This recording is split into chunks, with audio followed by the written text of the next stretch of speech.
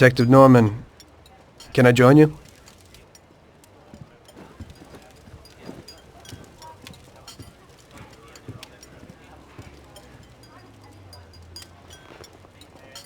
Sorry for the delay, but I didn't want anybody seeing me, if you know what I mean. What can I get you, sir? Just a coffee. Coming right up. It's not my habit to sit with people like you. Got a business proposition for you, Detective. I ain't no businessman. And even if I were, I wouldn't be doing business with the likes of you. I don't usually do business with your kind either. But this is a bit of a strange deal. Good for you and your superiors, and good for me. It concerns a certain kind of trade. Trade? Well, let's just say that I hold a high position in a not-so-legal organization. It's just the kind of organization people such as yourself would like to know a lot about. And I, on the other hand, for certain reasons don't want... Your coffee, sir. Thanks.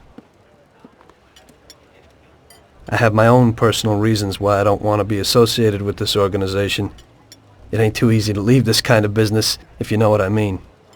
I think I know where you're coming from. You'll get a bullet in your head if you don't disappear quickly, right? That's not the only reason. Got any kids, Detective? I've got a wife and daughter. I don't want them to have any problems because of me. Yeah, well, I ain't just gonna hand out protection to any wop crook. You should have thought about them kids before, 'cause I... Sure. Listen, I don't want something for nothing. So here's the deal. Does the name Salieri mean anything to you? Salieri? It damn well does. You got something in common with him?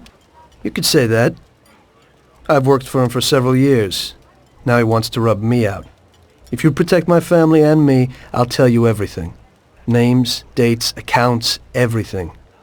Enough to put him away for life. I ain't Santa Claus. If I go to the chief with this, I need to know everything you know. And I have to be sure you'll testify in court. Sure. If you ain't in a hurry, I'll tell you my whole story, and all the deals I've worked on over the years. Okay. I've got time, and I'm listening.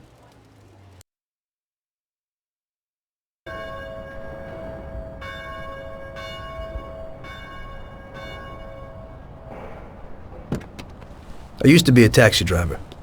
Even though I wasn't making much and I worked from dawn to dusk, I was glad to be working.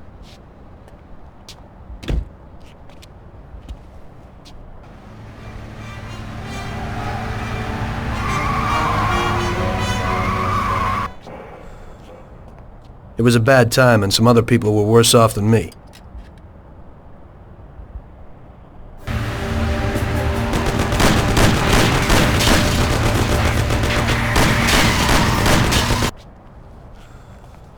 It was that very taxi that drew Salieri's people to me in the first place.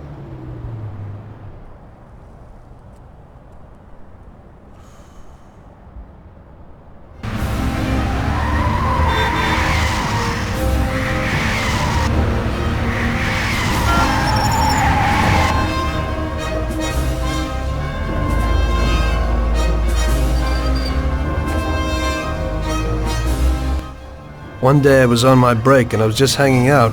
Suddenly I heard a tremendous crash. Sam! They got me! Damn it! Climb up and move. There's a taxi. We'll be okay. It was clear to me that these guys had to get out of there fast, so I thought it was best to cooperate, rather than ending up with a hole in my head. Move it. Come on.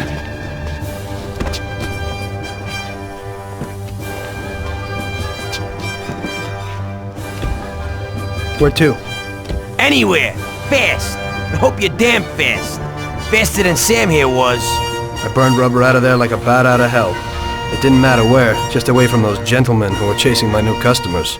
Listen carefully. We gotta shake these clowns behind us. If you don't do it, then we're done for. That includes you. Step on it, kid. Idiot, go! My taxi! I don't want to die! Can't you go any faster?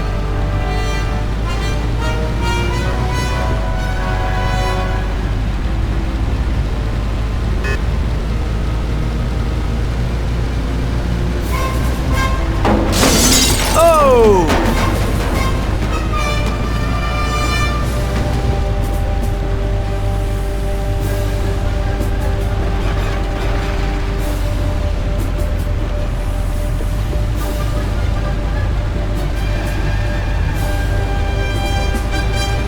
Can't you go any faster? Step on it or we're done for!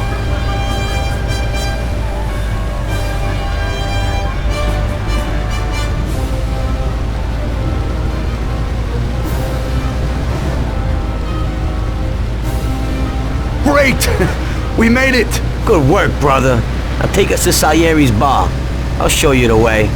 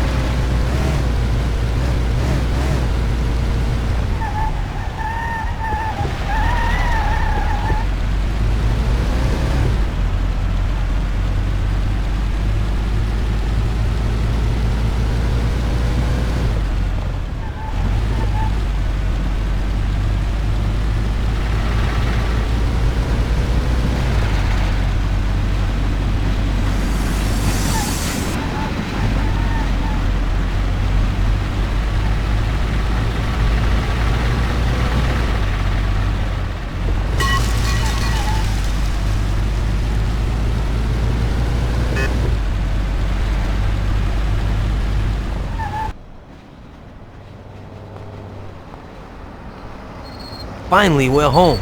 Wait here, friend. Sam will get you a little something from Mr. Salieri. Thanks for your help.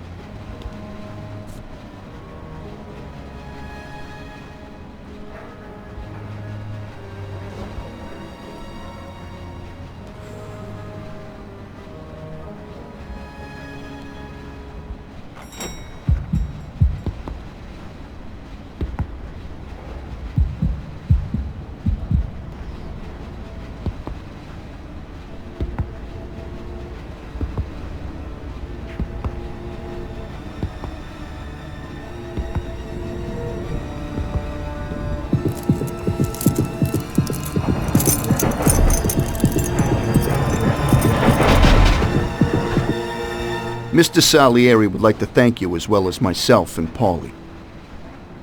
It's compensation for the damage to your car and your services. It should be enough. Yes, of course. Thanks. Give my regards to Mr. Salieri. Mr. Salieri wants you to know that he is very grateful to you. If you ever need anything, you can come back and ask for help, because Mr. Salieri doesn't forget about friends who have helped him out.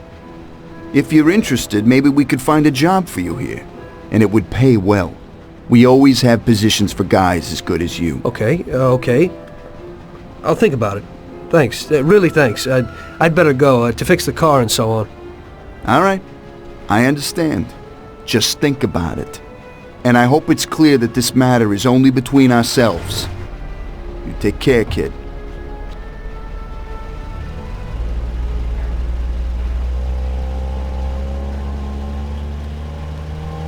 When I opened the envelope, I almost had a heart attack. There was more than it would cost to do the repairs. But I didn't for a minute think about their offer. I didn't want to join some criminals, even if they had all the money in the world. It's better to be poor and alive than rich and dead, right? I was going to get my cab repaired and try to forget it all as soon as possible, as my mother always said. You can never predict what God has in store for you.